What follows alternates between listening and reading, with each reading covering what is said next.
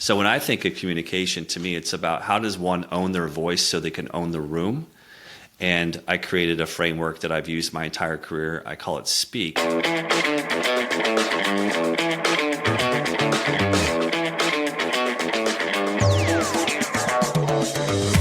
Hello there, it's me, Steve Mellor, and welcome in to GrowthReady, the podcast that allows high performers to reveal the reality behind what it means to ready yourself for growth, the personal and professional challenges along the growth journey, while also allowing the high-performance executive coach in me to satisfy his curiosity toward what drives optimal performance.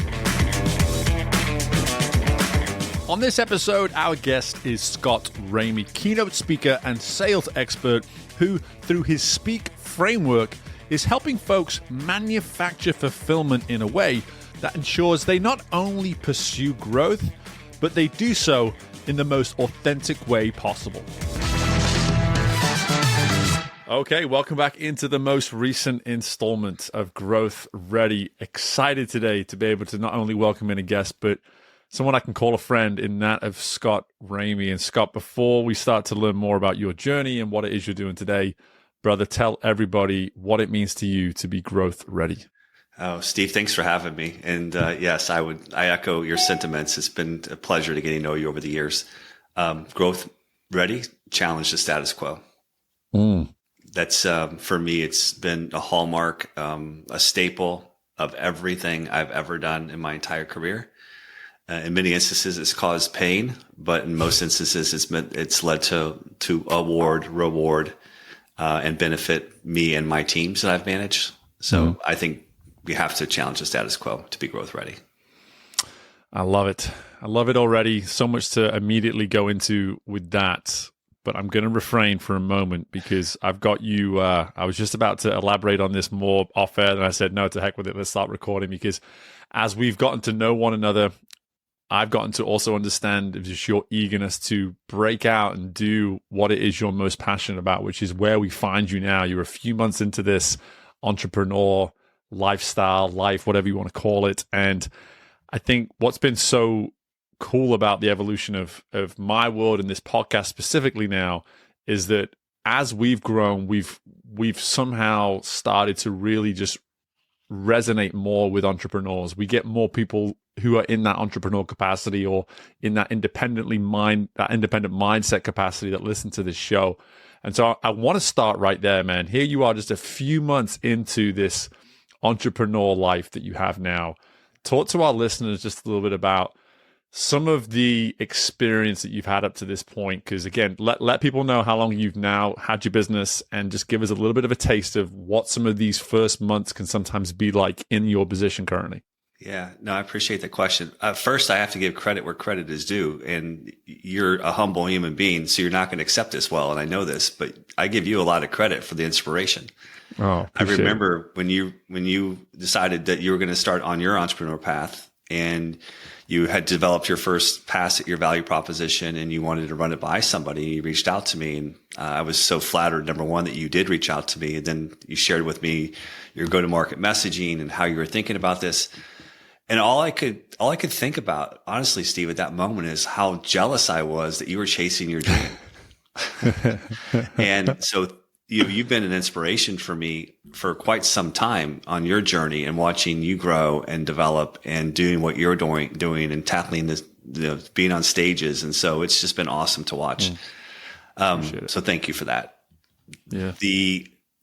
So I left corporate America on May 15th. I officially started my business, and boy, I don't even know if that's even officially, but with a launch and it wasn't even a launch, just like this embarrassing video on June 7th on LinkedIn. And so that was the beginning. And so from that point forward, it's been all about building, I like to say, the infrastructure, because, coming from corporate and leading large organizations, all the pieces were in place. It was in hindsight, I probably took a lot of that for granted about things like how the invoicing gets taken care of and billing and marketing. And I just amazing people and teams to do most of the work I'm doing today by myself.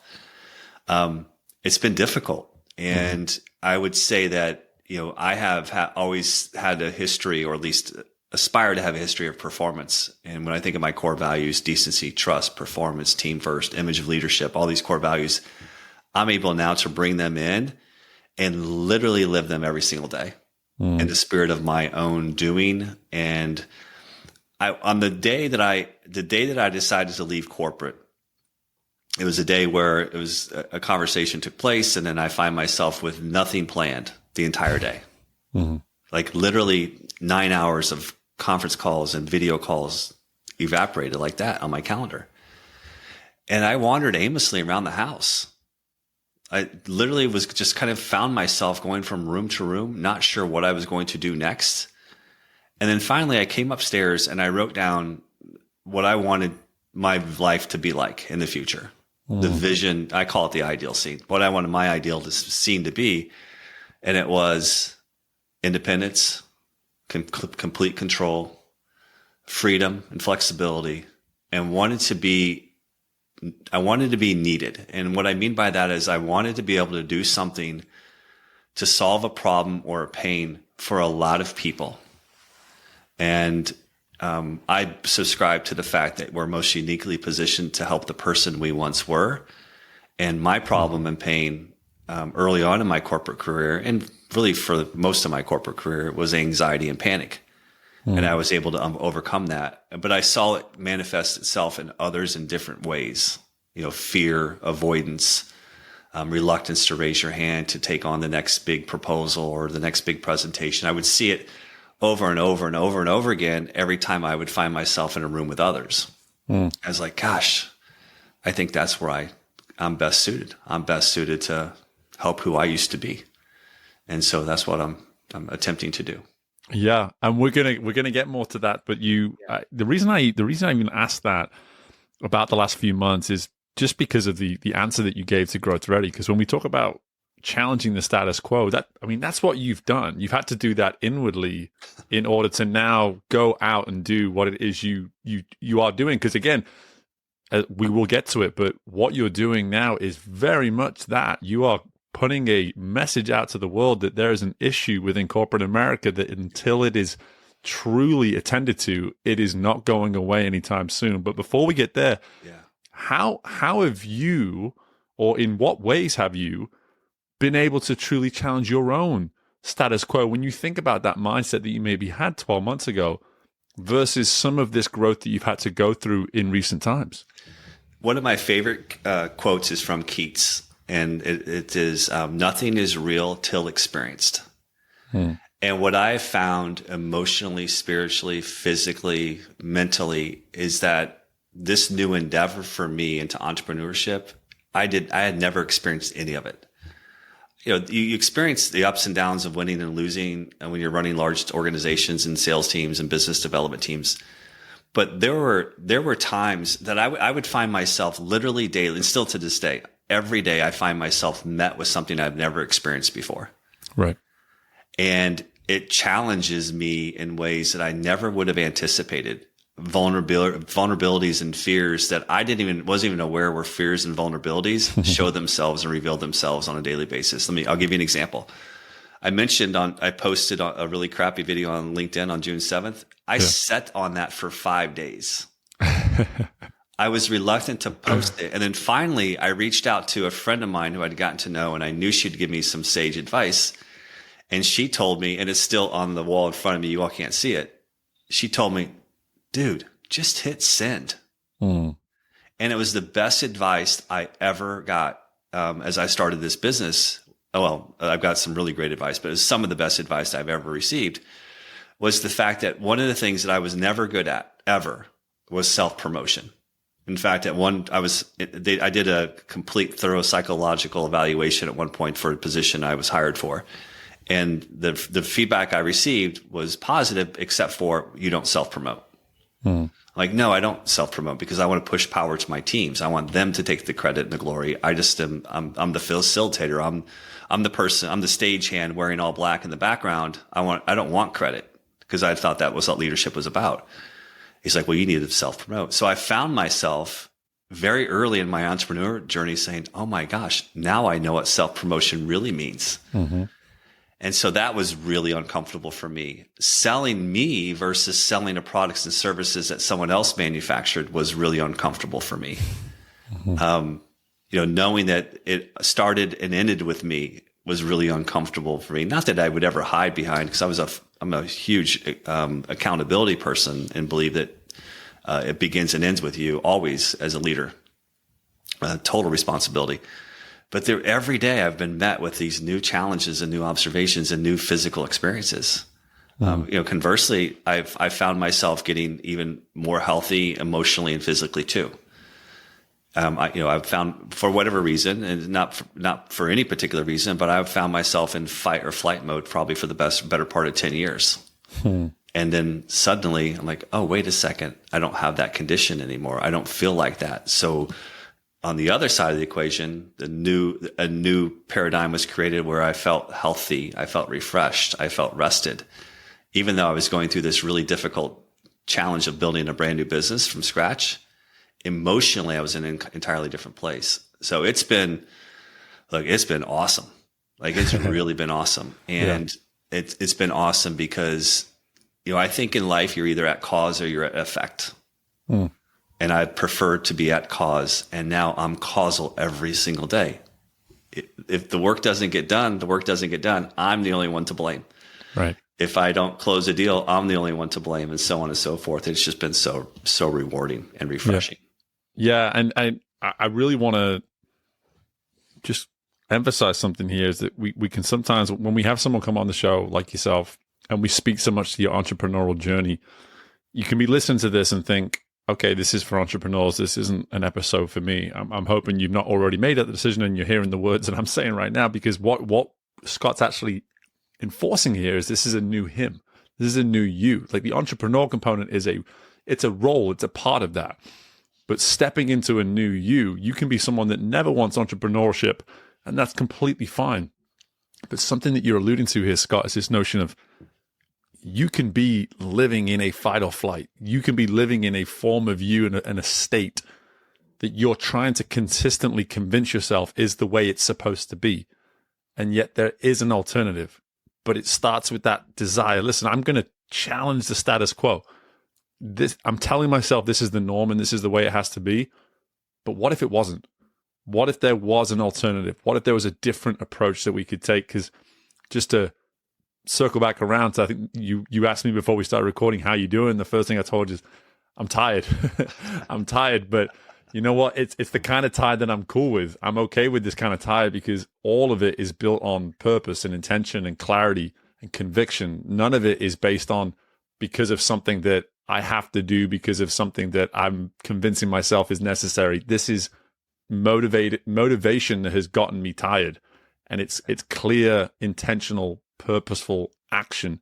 And so much of what you're alluding to here, Scott, is exactly that. Is this notion of, if we're willing to just for a moment consider, hey, could I be showing up as a different version of myself? Is there a version of me that, were I to just simply consider what that might look like and to invest in that version of myself, what might the results be? And we're hearing that great things can happen even in just a matter of months from your own experience, right? It's really well said, Steve. I mean, I think where I am now is finally in touch with my parasympathetic nervous system, where I'm at a level of calm and understanding about what I really want in life. And so, I had a case contour, I'll call it, because I think there's a rational self and a irrational self, and they kind of run parallel together, and we all bounce between the rational and the irrational.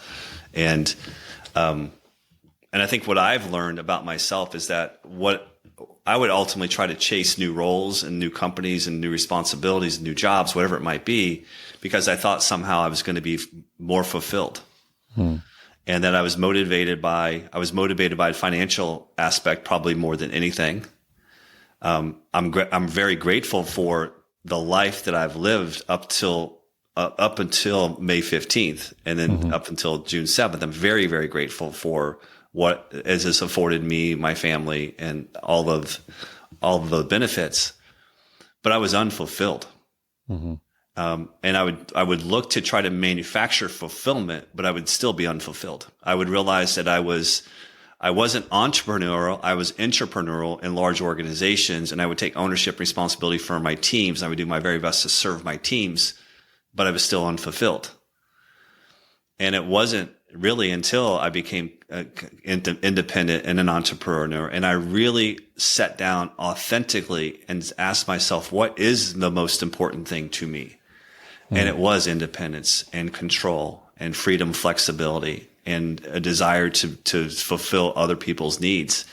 That was most meaningful to me, and it put me in an entirely different position. So now everything I look through, the lens every morning I think about is, are my actions today going to serve the future me, not the former me? And I mean, everything goes through that filter, every action I take. And I can also tell you that every morning I wake up, there's nothing on my calendar that I don't want to do. And that's such a huge departure from the days of old.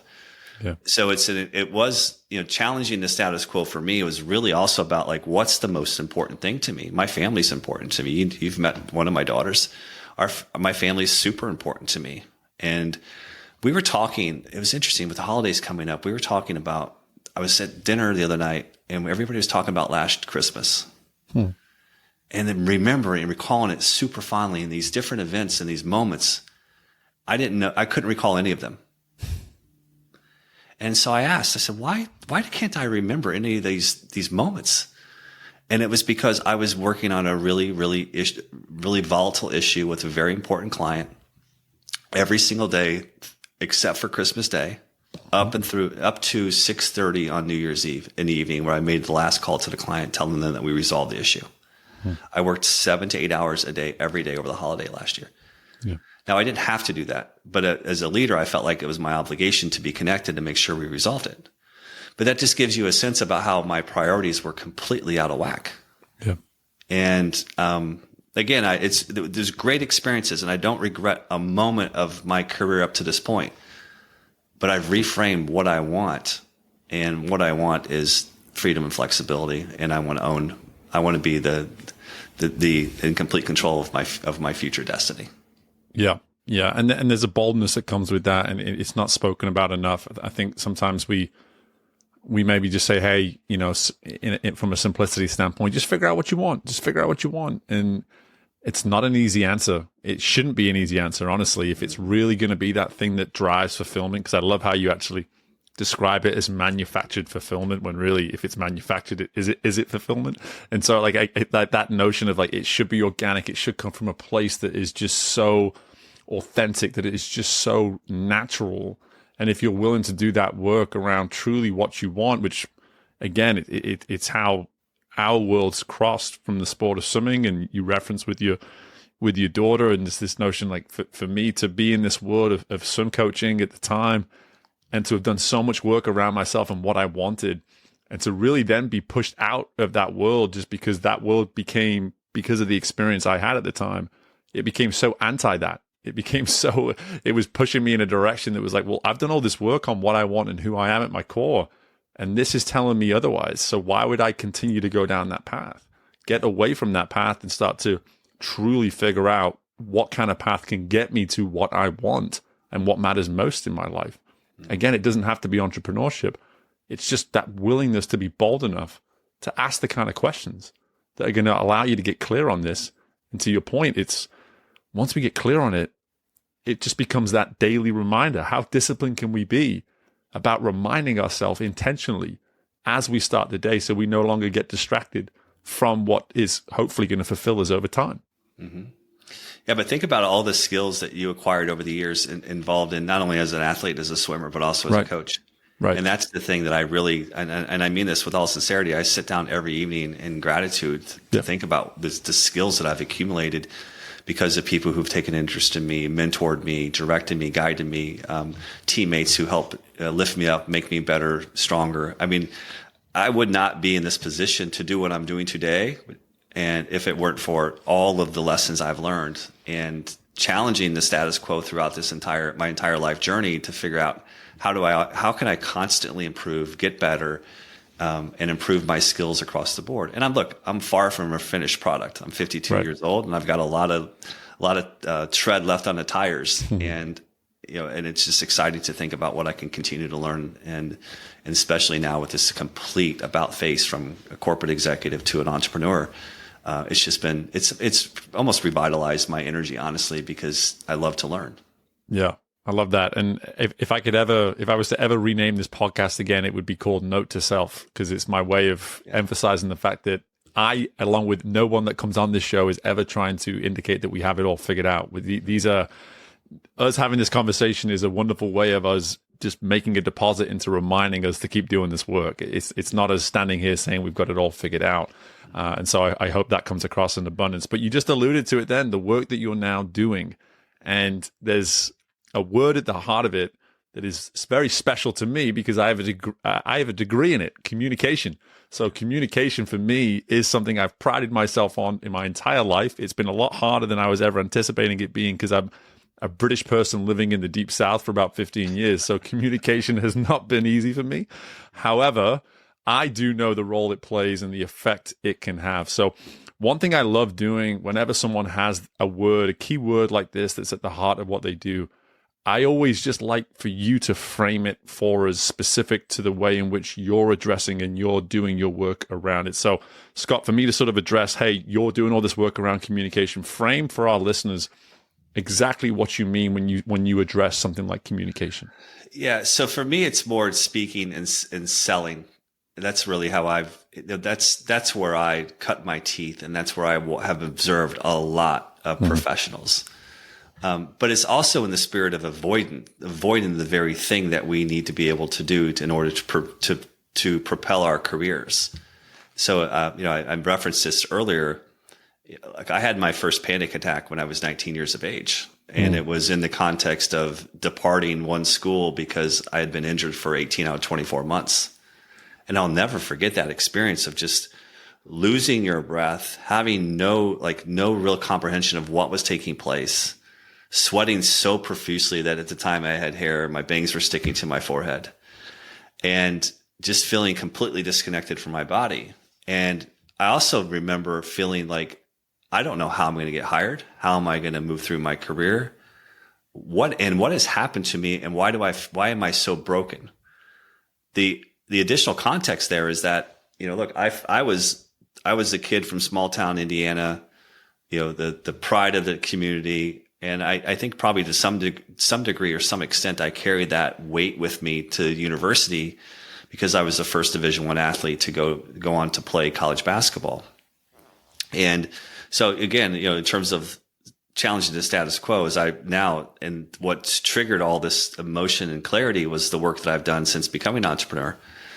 But I realized that I wasn't alone pretty soon after that event as I started to get into corporate. And I realized that 70% of Americans want to do just about anything other than present in public. Mm-hmm. That 45% of executives say that fear prevents them from ultimately achieving what they want in their careers. Those executives, people who you would think and look at and say, wow, they've already made it, and they've arrived. And then 58% of entrepreneurs miss out on sales and promotional opportunities because of fear and avoidance. Mm-hmm. So when I think of communication, to me, it's about how does one own their voice so they can own the room. And I created a framework that I've used my entire career. I call it Speak, where I help people define their style, which is the S. I help teach them to be present and fully in the moment when they're communicating, whether it be in small settings or large settings. I help them with empathy and understanding the audience, which is the E. I help with authenticity around demonstrating vulnerability and how vulnerability in and of itself can connect us more closely to people. And then lastly, I help people organize their thoughts, because what I find in the communication environment where someone is asked to present on a topic, most of the time where it goes horribly wrong is people try to commit everything to memory. And so I created what I call the power of 3, which is just a simple framework to help people organize their thoughts in a way that's clear, it's concise, bullet pointed rather than memorization. And so the Speak framework in totality is just honestly the lessons I've learned over the years to help me reach the heights I reached in corporate America. And then I taught others along the way who had anxiety or fear or avoidance of presenting or selling or really communicating in a setting that they felt uncomfortable in. Yeah. Yeah, firstly, this is the first time you've actually allowed me to hear the acronym spelled out. So I appreciate that. I've seen you use it all over the place, and it's on me as much as that. As I haven't asked you either. So I'm glad that you finally shared it with me. Yeah. The first part of it, the style component, I immediately gravitate towards that, because when you look at the rest of it, for someone to really get comfortable in their style, there's a lot of work they have to do in those other four parts. You know, that notion of like being comfortable and being comfortable enough in yourself to be present in the room, you know, to work around putting yourself in other people's shoes, being authentic, and then just that general understanding of what you want to talk about. You know, the style component, I'm really curious, when you address style to a person for the first time, what are you typically having to maybe navigate with that person? I think it's around definition of what they want their style to be. So we ask questions. You know, typically I'll start the exercise with the memorability experience. Say, okay, think of a speaker that you've heard, that you watched, that you experienced in your career, your life, and write down 3 characteristics of what you recall. What do you remember? And literally 90% of the time, it's about a delivery component. Like, oh, they had great energy, or sometimes you'll hear they told a great story, or their voice, or the way they moved, or their enthusiasm. Most of it is around components of delivery. So I think of it like this, Steve, in terms of how do you define your style? The major areas of opportunity, if there were just 2 areas to focus, so if the audience is listening, say, hey, that's 5 letters is too many, but if I were just to focus on 2, is what do you say and who do you be? And who do you be is you, authentically you. Like, I think there's so many flaws in the way that we're teaching presentation skills. You know, and I follow this obviously pretty rigorously on social media, is we're often overloading people with rules. Do this, don't do that. Put your hands there, don't do it. Move here, not there. I prefer method because it frees people up to be authentically themselves. For style, and this is kind of how it originated. I'll never forget, we were at a top producer event back in the day, and we were at this beautiful resort. And this is the creme of the creme. I mean, the top salespeople in the organization. And it was a bit unruly. And I'll never forget, I was sitting next to our CEO and his wife. And so Michelle, my wife's on the left, and they're on the right. And the CEO's wife says, hey, are you going to break that up? It's getting a little out of hand. And he said, no, you know, they've earned this. We're going to let them blow off some steam. And what it occurred to me at that moment, I was a brand new leader, and it occurred to me at that moment, it's like, wow, that was a choice he made that is reflective of his style. And so I started to think about, and this is the exercise I take my clients through, is like, you need to define, how do you want to be remembered when you're communicating, if you're in front of a room, in a group. And so for me, I defined my style as lofty, playful, and wise. When people interacted with me in corporate setting, I wanted them to at least think of one of those 3 words, if not all 3. And so that became my signature, my trademark, that when, you know, if things were getting a little out of hand, or maybe we were going through major change, I wanted to be the person that people would come to because I would give them wise guidance and advice on how to handle the issues. So I take individuals through a series of 5 different questions and exercises so that they can start to get clarity around what is their style. Everybody has a style, but it's like, you know, when we do vision planning or create an ideal scene, you need to define it and manifest it, and then you can step into it. And so oftentimes it's just, people are like, oh, I didn't even realize I have a style. Everyone has a style. So getting clear on it is really important. Yep, you give me some homework straight away. I like 20 different words came into my brain, so I've got some work to do to narrow it down to 2 or 3.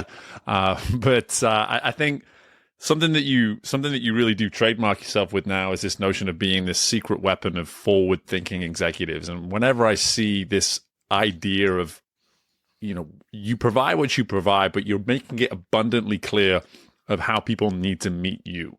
In this notion of, hey, you got to be forward thinking. If you're not forward thinking, all of this work just becomes an uphill battle from the get-go, as opposed to, hey, you've decided that something has to change, that you want to challenge that status quo, as you mentioned at the beginning. And now it's about getting open-minded, curious, whatever you want to call it, about how we can make some steps forwards. Before we go to some of that work that you're doing, I want to start to get to maybe some of the origins of the importance of being forward thinking for you. When you think about your journey and your story and how you're now in a place where you know the work that you do must be met with a forward thinking mindset, where was it along your journey where you started to see the importance of not simply just doing what is expected of you or checking boxes or just waiting to be told what you were told, like to truly take the initiative, to truly seek forward progress intentionally in the work that you do? Can you recall a moment or a period in your career where that started to make more sense? I could, an exact moment, time, and date. It was in 2003, and I was introduced to my mentor, Bob, who's now 92 years of age. Wow. And he introduced me to a concept called success reluctance. And I had never heard it before. And it immediately grabbed me. Now, not only Bob's bigger than life, 6'5", wore dark glasses. You could never really see his eyes, but he had this deep, beautiful voice, and he had so much wisdom. I called them the Oracle of Pembroke Pines, or Lauderdale by the Seas, excuse me, down in Fort Lauderdale. And I said, "You need to tell me more. What does this mean?" And the basic premise is, number one, we all have unlimited potential, but yet we don't fully realize it. And why is that? And the maybe not so polite way of thinking about it is self-sabotage. The other way to think about it is that we, kind of think of it that we as humans are often probably tethered, and we get to the end of the tether and then we pull ourselves back. So it's like a slingshot. You get to the end, you pull yourself back. So just when you're about to break through, you pull it back. And I was like, oh my gosh, that's exactly what's happened in my career. You have to be able to break through that barrier to get what you want in life and with your career and to exceed expectations.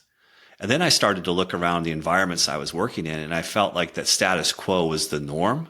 And that's where the spirit of challenging the status quo from. So Bob's to give credit for the fact that and it's probably maybe a characteristic that wasn't necessarily helpful for me in times too, because I would celebrate successes, but then I would always think, okay, what's next? Yeah. And what new level, new devil. And success reluctance and the concept of success reluctance is really what helped me catapult my career and reach the levels I reached. And it's definitely 100% credit to Bob for exposing me to the idea. He once told me, he said, look, a cat that steps on a hot stove will not step on a cold stove either. And it's a lesson learned too well. And then I thought back kind of to my first panic attack. The thing about panic attack, and Mayo Clinic says this in their literature, is that it's not the actual event itself. It's the idea that you'll have another and another and another. And Winston Churchill, he was notably had depression, and he referred to depression as his black dog, always there, always loyal, always by his side. For me, that panic was I refer to as my shadow. It was always there, lurking, mocking me, and waiting to appear just in the right circumstances. So when Bob introduced this concept of success reluctance to me, I'm like, oh my gosh. Like, just because I had one doesn't mean I'm going to have another. And then I started to free myself up, and I'm like, okay, well, what does unlimited potential look like? And what truly does it look like? And can I manifest and create it? And so I'll never forget that moment. It was in an office down in Fort Lauderdale, and he introduced me to the concept, and it changed my life. It literally changed my life. Love it. Love it. I now have another assignment just to go read more about that. But I think immediately my mind is drawn to, I think about the last 10 years of my life, and nothing has driven me insane more than watching potential wasted. Like, it's the one thing that just has always just eaten away at me. And when I hear this story of what you're describing, my first thought goes to no matter how hard you can be on yourself sometimes, when you're, to your point, when you're looking back on those younger years and you're maybe suffering with panic or suffering with depression in other cases or whatever it may be, you can get hard on yourself. But when you're able to actually shift into this abundant mindset of actually pursuing potential, again, I referenced it before, I'm tired right now. My tiredness comes from my pursuit of my potential. Yeah. That's where it comes from. It's not so much like I'm being hard on myself because of something I missed or a problem that occurred. It's that sheer appetite to go and see through this idea, this vision, this dream, what is possible. And I'm hearing that here is this notion of how can we actually get so aligned with our potential to where it becomes the driving force behind anything and everything that we do in our world. Of course, we have to be careful. We don't want to fall for that high performance mistake of never truly being satisfied, or not appreciating success when it comes along. But my point there being is just when we actually connect with that potential on some level, it will be the driving factor you've always been looking for. But at the same time, you will probably like want more for you than you've ever wanted, because you see the abundance, you see the opportunities and the possibilities that are now in front of you. Yeah. The other thing Bob shared with me, and if you don't mind, I'd love to share it with you in the audience, is in the context of fear. And he, look, I went from loving the spotlight as a young student athlete to doing anything I could do to avoid being in the spotlight, to now being back in the spotlight in my corporate career as I aged and got more mature. Bob used to talk about the idea, and I'd come to him with complaints about a coworker or maybe a stubborn position the organization was taking because they were just comfortable being comfortable. And, I was like, push. And I was carrying, it's interesting. So I would carry the same burden that I felt like I carried to New York from small town Indiana, like the hopes and dreams of my community on my shoulders. I would carry that same energy into organizations. Like, I'm going to fix it. I'm going to turn it around. And you look around, there's 28,000 people in the company and you're one person. But Bob said to me one day, he said, look, a thing, whatever that thing is, will persist until it's admired. I'm like, oh, wow. So I learned to appreciate that everyone isn't going to have the drive and motivation and desire that I'm going to have. And in order to affect change, you have to be able to create, I call it the 4 pillars of authentic connection, but you have to have affinity, communication, shared experiences, and vulnerability with people. And if you really start to implement this and look at your relationships and scan kind of your close group that you need to help influence to get to your objectives, like you better make sure those 4 elements are there. And if they're not, you got to do whatever you can to build those relationships so you can foster growth together. And so, yeah, a thing will persist until it's admired. I'm like, oh man. And that's, by the way, anything. So, your crazy mother-in-law or presumably, Barb, you're not crazy. It's just an example. Whatever it is. And so I learned to admire even my weaknesses and my vulnerabilities and what I viewed as not ideal situations or characteristics. I started to admire that and appreciate it and have gratitude for it. And then I could refocus my energy where I needed to, is that's on moving things forward. Hey, was Bob referencing a book or anything? Is this man just like, a secret, the secret bag of wisdom is incredible. I love these one-liners. He's my secret bag of wisdom, and I'm forever grateful for him. That's it. Love it. Well, let's talk about this notion now of really meeting those that are forward thinking. And it's the beautiful thing about this podcast is that you have a very warm audience when it comes to that. People really don't listen to the show that aren't forward thinking. This is just not their vibe if that's the case. So, here you are speaking to people who are forward thinking, and here you are as someone that is truly intentional about shifting where they can go and how they can communicate because they are forward thinking. If you've got someone listening to this right now that knows that there's a level of communication that they can find and discover that they've yet to try to pursue, how might you initially engage with them in the sense of what are some of those initial insights? What are some of those initial ways of encouraging them to just consider the power of this kind of work? Yeah, that's a great question. I think that one, you have to be true of evaluating where you are in that cycle or that continuum. I mean, be really kind of brutally honest. And you could do that with just a quick video of yourself and listen to it. You could, what I would recommend is really do 4 things. So take a video, record it.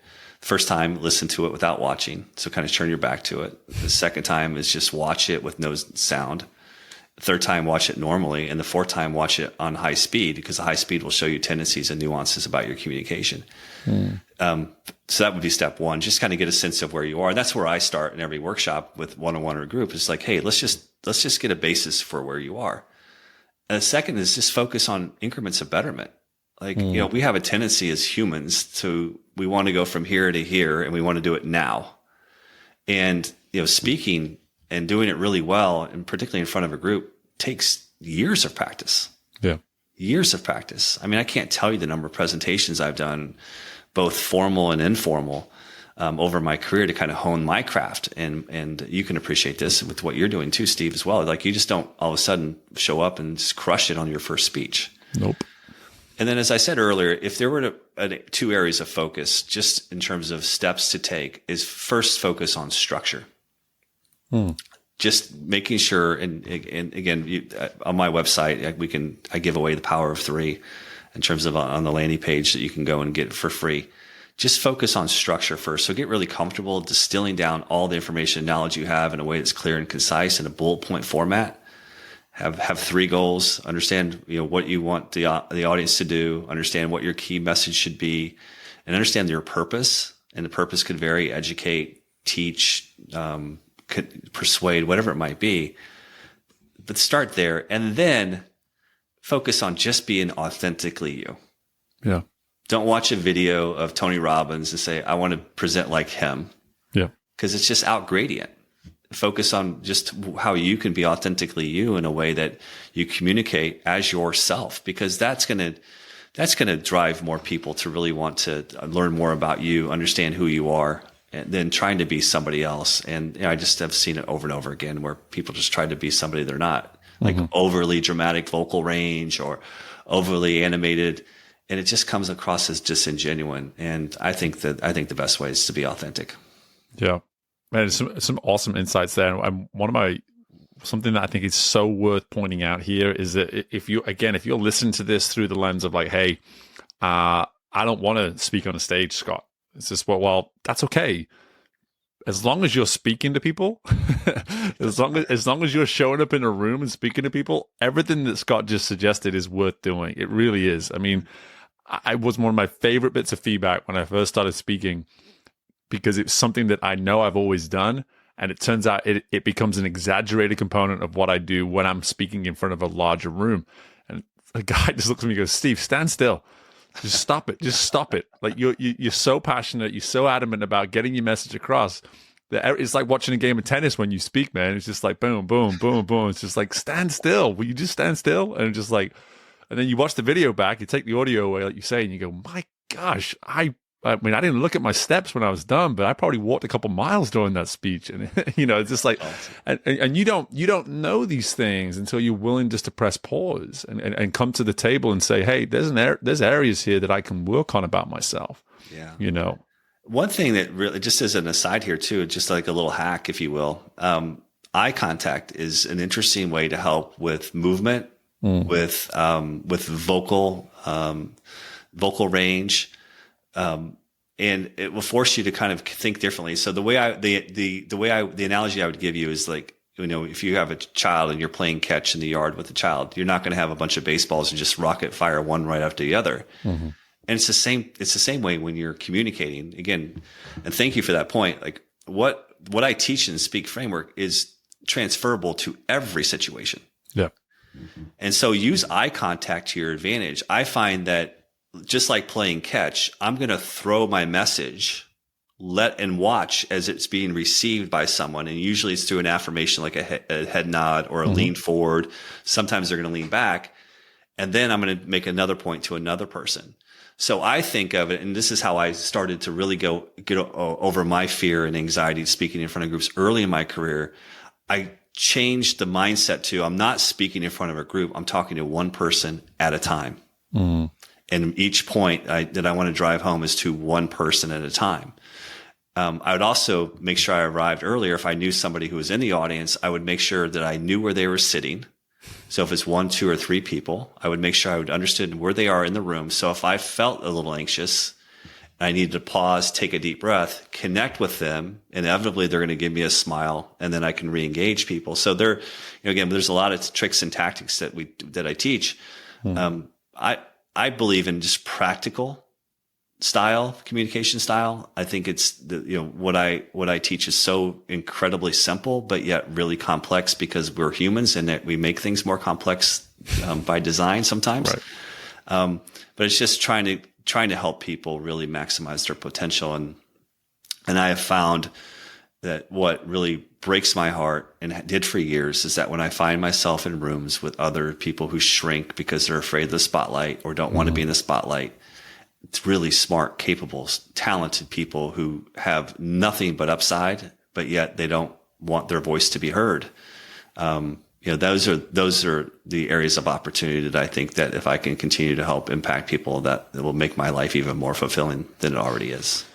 Yeah, and you very much alluded in that insight to something I wanted to ask as we start to get to the end here, is this notion of like, why should I want to be authentic? Why should I want to step into authenticity? Maybe why can't I just exist over here hiding or being a version of this, whatever it may be? And when you think about finding comfort, like so much of what we're speaking to is getting comfortable, and it's getting comfortable with your voice. It's getting comfortable with your mannerisms. It's getting comfortable with who you are. It's getting comfortable with what you want. That you cannot get closer to comfort by being a lesser or different version of yourself. And to be able to step into that and say, I have to actually get uncomfortable to find comfort. Becoming more authentic will come with some discomfort. It will, because you're having to handle how others react to you stepping into authenticity. Yeah. And, I'm just curious when you hear me say that, Scott, like how much of a battle is that for you? And has that been for you when you think about this work of just simply empowering someone to say, hey, be you, like figure out a way to be you? Yeah. Well, you probably didn't realize how this was kind of an emotional trigger question for me. So forgive me why I kind of share my answer. Yeah. I was masked for 31 years. I spent 31 years of my corporate career masked. And here's what I mean by that. It wasn't until 2 years ago, I was sitting in this very office and my wife walked up the stairs and she gave me this look. I'm like, oh boy. And I hung up on the call I was on. I said, what's going on? She said, you need to call your daughter, Aubrey. So we have two daughters, Sasha, Steve, who you know, and then Aubrey. They're a year and a half apart. Aubrey at the time was playing Division I soccer up in Chicago. And she said, you need to call Aubrey. And I said, what's going on? And she's like, look, she just left a sports psychologist. And the sports psychologist is recommending she go on antidepressant or anti-anxiety medication. I was like, wow. And if my first thought as a dad, with what I have been through, I'm like, oh boy, what did I do? Yeah. You know what I mean? Like, what have I helped create here? I quickly got over that, but admittedly, that was my first reaction. Mm-hmm. The additional context here is that not only she just left a sports psychologist and they left her with a decision to make, but she was benched the week before for giving up 2 goals, making 2 it's hard for me to say this as her father, but she made 2 mistakes and she probably deserved to be set. Yeah. And she had just flunked a speech class. So it was like this conversion of events. But before I called her, I just sat quietly for a few minutes and I said, what would I have wanted to hear when I was 19 and after I had my panic attack? Mm-hmm. And so I called her and I said, hey kiddo, how are you doing? And she said, not good, Dad, not good. And she was crying. I said, I understand. I said, Mom kind of updated me on what was going on. I said, look, you need to know something that no one knows but your mother. I've said I've had anxiety my entire life. And she said, what? I said, no, your dad has had anxiety his entire life. And she said, I had no idea. I'm so sorry. And I said, kiddo, it's okay. I said, I also want you to know this. You're not broken. You're not broken. Now, it's not going to be easy, but we can work through it. I said, I can't make a decision on what you should do or not do with your meds. That's your decision. I can't help you on the soccer pitch. You guys are going to have to sort that out. But I can help you with your speech. So hang up, FaceTime me back. And she did. And we spent an hour. I taught her the method I teach today that I taught my entire career.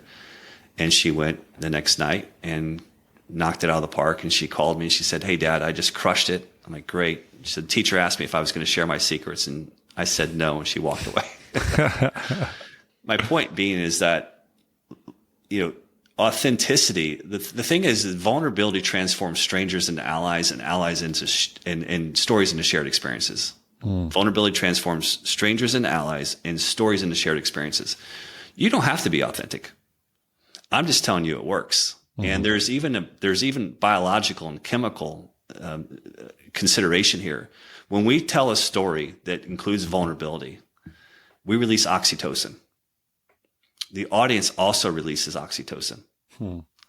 Dr. Sue Carter at Indiana University verified this with me because I sent her an email. I said, I have a hypothesis, not expecting her response. She said, yeah, you're on the right track. So if I am in a group of strangers and I'm telling a story that includes vulnerability, I'm going to release oxytocin. They're going to release oxytocin. But here's the most important part for somebody who's had fear his entire life. Oxytocin and cortisol can't be released at the same time. So, cortisol, which will rev you up, is offset by oxytocin. So in essence, my fear. So what I have found, the secret for me years and years and years, is that every presentation I ever gave in corporate, I always told a family story at the beginning, and it always demonstrated a level of vulnerability. And I know that's going to freak a lot of people out because why would you bring your personal life into corporate? Right. But what it did is it helped create these authentic connections with my team and the organization. And I was viewed as somebody who was approachable and that they could believe in and that they would want to follow because I was relatable. So you don't have to be authentic, but I'm just telling you, it's the cheat code. So imagine this. If you can create connection with complete strangers, a room full of complete strangers, what if you were just vulnerable with people you actually know? Right. Imagine what's possible then. Right. Yeah. And it's something that people learn with me. And I, whenever I just grab coffee with someone, it's never just grab coffee. Like I just, if you ask me a question about something, I'm probably going to give you a much deeper answer than you were expecting. It just, and for me, it invites a person in. Occasionally it's scared a couple people away, but it invites a person in and it allows for a more meaningful conversation and typically an opportunity to have greater impact in those moments too. And Scott, I mean, there's so much power, there's so much true value to everything that we've spoken through this entire discussion. And I think it makes so much sense for anyone who's remotely hesitant about how they show up and how they can better represent themselves in front of other people, specifically as a leader, to be just considering why they should be doing this work more intentionally moving forwards. And so if there's any sort of just final words of encouragement that you can give to someone who's just like, hey, just help me out, Scott, give me one more insight that's going to make me see completely clearly why it is this is something that I need to make a priority, share that with us here in closing.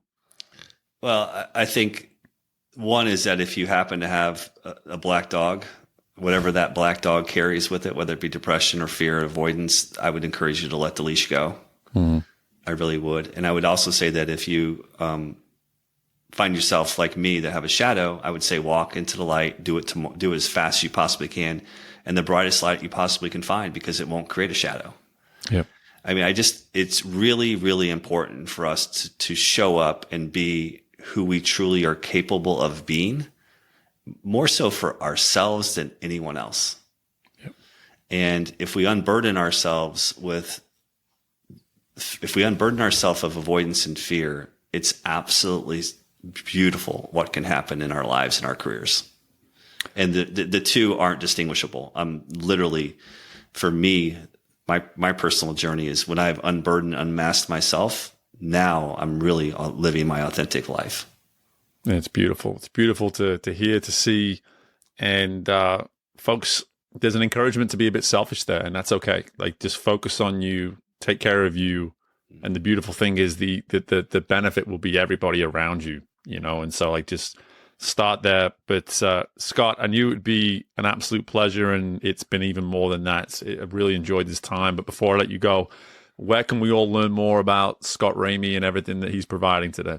Yeah, so I'm a bit of a serial poster on LinkedIn. So, yeah. It's working, brother. It's working. Well, it seems to be working. I'm also available on Instagram and Twitter and Threads as well. But LinkedIn is really the place that I tend to live more. And then my website is www.thescottramey.com. And look, my goal is to just inundate the audience with as much value as I possibly can. And if you want to book a free call to chat with me about any problems or concerns, you can do that via my website. And I'm happy to help in any way, shape, or form. Beautiful. Well, all that information will be in the show notes as always. Scott, proud of you, excited for you, and just can't wait to see what the future holds for you. So just best of luck with everything, brother. Thanks, Steve. Appreciate you having me, man. And my thanks again to Scott for joining us on the show. Wow, awesome content.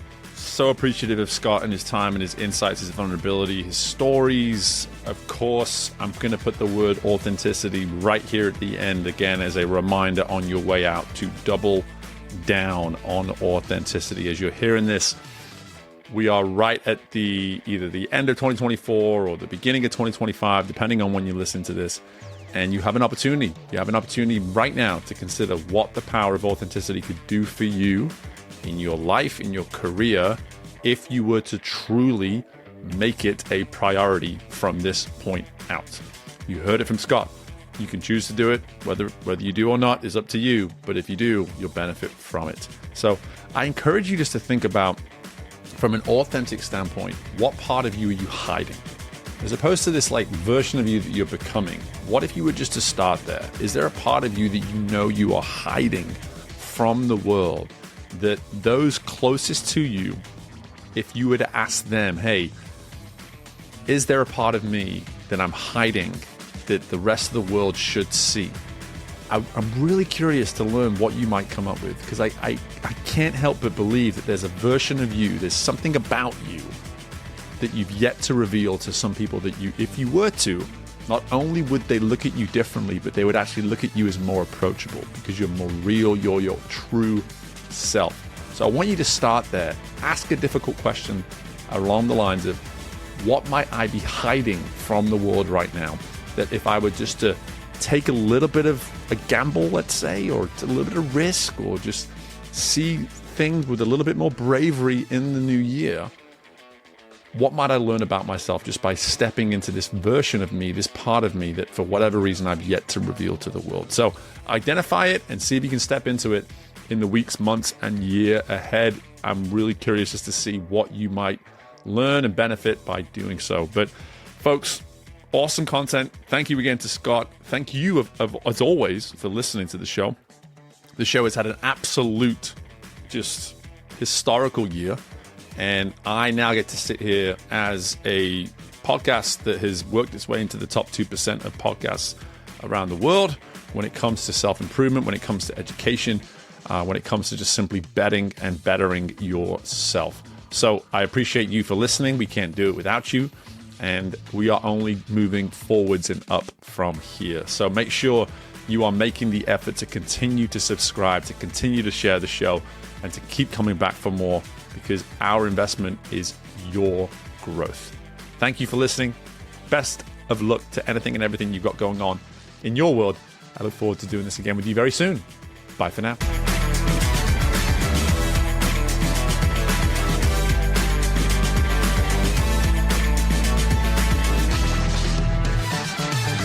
Thank you for tuning in to Growth Ready. If you liked what you heard and are feeling ready to grow, be sure to leave a 5-star rating, subscribe to the show, and share the episode with someone you know is ready to fuel their growth journey today. We love our community, so don't hesitate to reach out to us at podcast@growthready.com. And until next time, we are Growth Ready, and you will be too.